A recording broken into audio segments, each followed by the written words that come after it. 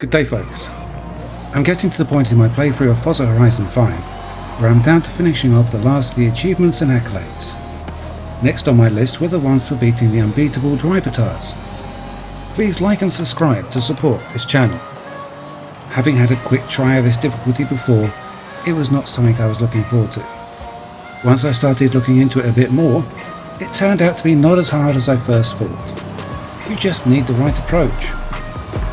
So, there is an achievement for winning 6 races against the Unbeatable Drivatars in any type of race. 3 accolades are awarded for 1 win in each of the road, dirt and cross-country races. There is also 4 accolades awarded for winning 10 races in each of the 4 race types: road, dirt, cross-country and street. I'm going to break these down by race types, and at the end I'll show you a very easy way to get the achievement. First, road races.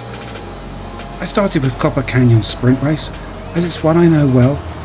Also, the long sweeping corners before you drop down into the valley seem to give the Drivatars problems. I can normally pass all of them here.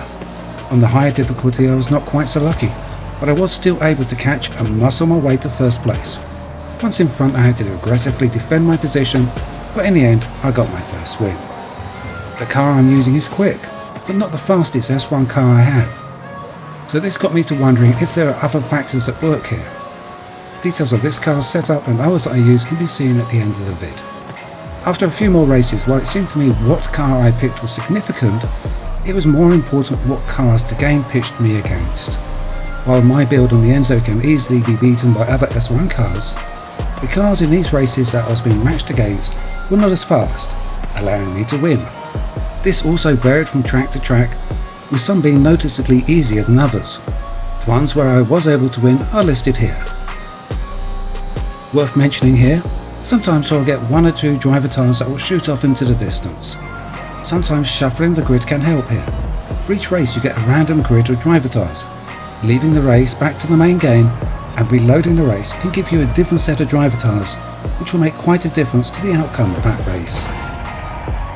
So my take from this is finding the right car with the right opponents on the right track is the way to win. This can be seen again and again as we look at the other race types and the slightly different approaches that I had for each. On to dirt races. Whenever these come up in the seasonal events, they can be a right pain, as some feel like they are much harder than the highly skilled Drivatars they are meant to be. In these races the game will match you against Drivatars with the same type of car as you.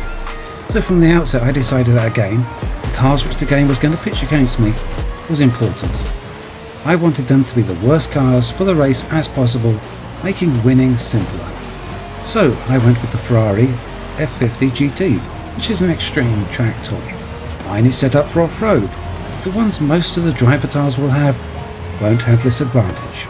The racing needed to win here was aggressive in the extreme, ugly and very underhanded, but in the showing tracks I was able to get the result required. Cross country. I started these races using the stock Hoonigan RS200 and it was easily able to win the Titan against the Unbeatable Drivatars.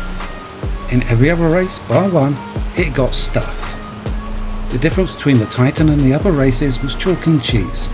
The RS was just the wrong car, on the wrong track, with the wrong opponents. That is apart from the airfield cross-country circuit, where I was able to get a win. So I was back to looking for a better car, or one that got matched against better opponents, or worse opponents as the case may be.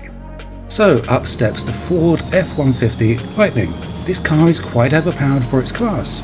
This is especially true when you see the other Class B pickups on 4x4s it gets pitched against. On the short, twisty cross-country circuits, this one is very handy, and sometimes the Drivatars even seem quite happy to help me win. I was able to win on the following tracks with it. And now for street racing. At the start I promised you an easy way to get the achievement, so in street racing the game does not match the Drivatars cars to the same type of vehicle that you are driving, but gives a random selection of cars based on similar PI. All well and good, but if you take a standard unupgraded truck to a street race, the Drivatars seem to forget how to drive. Some even have issues finding third gear. Using the truck can make pushing them out of the way very easy, and on most of the tracks you'll be able to catch and pass them while they pretend not to know how to drive. I have only found one track so far which has not been an easy win doing this, which was Guanajuato Soar. So while we watch me take 30 seconds to get to first place and effectively win the race against Unbeatable Drivatars without even trying, here's a list of tracks where I have won using this trick.